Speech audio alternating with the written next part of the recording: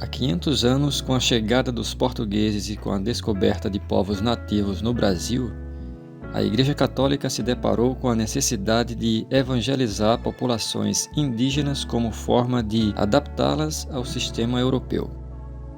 Para os colonizadores e para a Igreja, esses povos não eram civilizados, e uma educação cristã supostamente facilitaria as relações entre os invasores e os indígenas. Cabia à Companhia de Jesus a incumbência de evangelizar os índios brasileiros. E essa missão foi responsável pela dizimação de dezenas, centenas, talvez milhões de índios por todo o país. 500 anos depois, a floresta amazônica é um dos últimos santuários brasileiros para tribos indígenas isoladas do que chamamos de forma pretensiosa de civilização branca. Mas esse isolamento hoje está cada dia mais ameaçado. E não é por madeireiros ou garimpeiros, não. O monopólio do evangelismo às comunidades indígenas deixou de pertencer à Igreja Católica e desde a década de 40 a influência de missões evangélicas só aumenta. As comunidades indígenas isoladas têm sua privacidade protegida por lei, mas nem mesmo a lei tem sido obedecida por missões evangélicas na floresta. O que acaba sendo uma contradição de cunho ético, já que a Igreja prega obediência e respeito à autoridade das leis. O biólogo Daniel Canguçu, que foi coordenador da Frente de Proteção Etnoambiental Madeira Purus, da FUNAI, Fundação Nacional do Índio, em entrevista à agência pública, fez uma gravíssima denúncia. Missionários evangélicos da Missão Novas Tribos do Brasil, uma instituição voltada para missões e financiada por organizações americanas, ao longo dos anos tem desobedecido à legislação brasileira e, sem autorização de órgãos competentes, invadem territórios de índios isolados. Prática claramente ilegal. A MTB atua diretamente com quase 50 tribos em território nacional. Mas por causa da pandemia e o desconhecimento inicial da Covid-19, ainda no início do ano, todos os missionários tiveram que sair das áreas indígenas, atendendo o bom senso e as orientações do governo. Canguçu afirma que recebeu pressões da FUNAI para organizar expedições a tribos isoladas, com o intuito de levar missionários a essas tribos. E caso ele não fizesse, outro servidor receberia a tarefa. Canguçu também denunciou que no final de 2018, o presidente da FUNAI, que vinha sofrendo assédio do então senador e pastor Magno Malta e de sua, à época, assessora, hoje ministra da Mulher, Família e Direitos Humanos, Damares Alves, o obrigou a usar a estrutura do Estado para levar uma indígena e seus filhos até sua tribo. Anos antes, ela e filhos foram trazidos de sua tribo para Brasília com o argumento de um tratamento de saúde. A indígena e seus filhos nunca voltaram para sua etnia. Pelo contrário, foram treinados para evangelizar sua tribo, já que não existe restrição quanto à visita de índios a seus parentes. Essa indígena se chama Muagi Suruahá, da etnia Suruahá. Os episódios em que missionários evangélicos ignoram e desrespeitam as leis são muitos e as consequências para as comunidades isoladas são graves. A incursão de missionários em territórios de indígenas isolados alteram a estrutura social e política das tribos, cultura, relações em comunidade e seus modos rústicos de subsistência e alimentação. As religiões e crenças indígenas passam a ser demonizadas e a identidade desses povos vai sendo apagada aos poucos.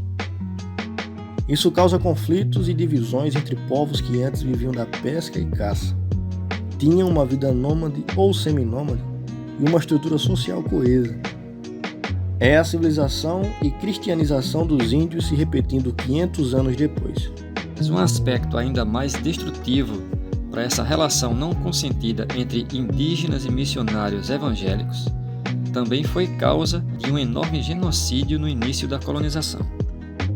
Comunidades isoladas não têm um sistema imunológico preparado para receber invasores, sejam eles bactérias, vírus ou missionários.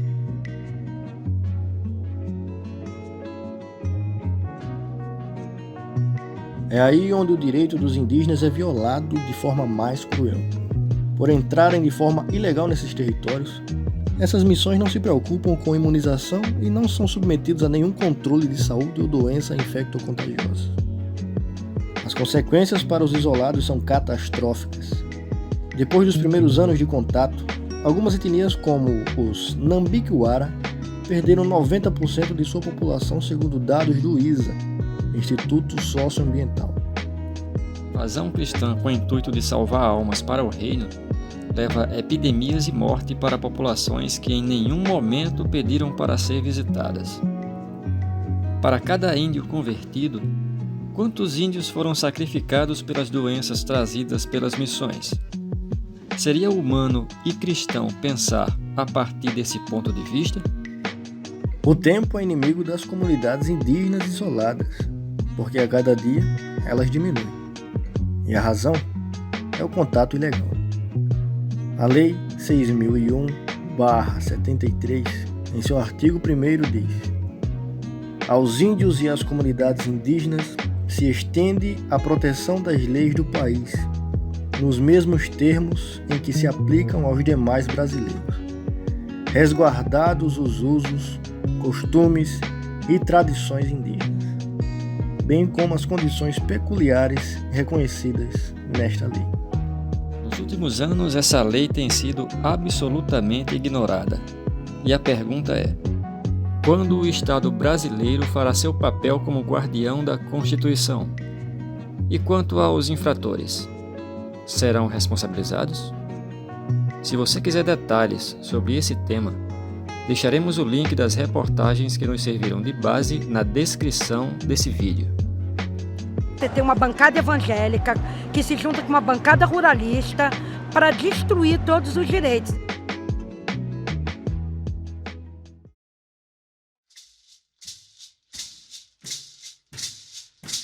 La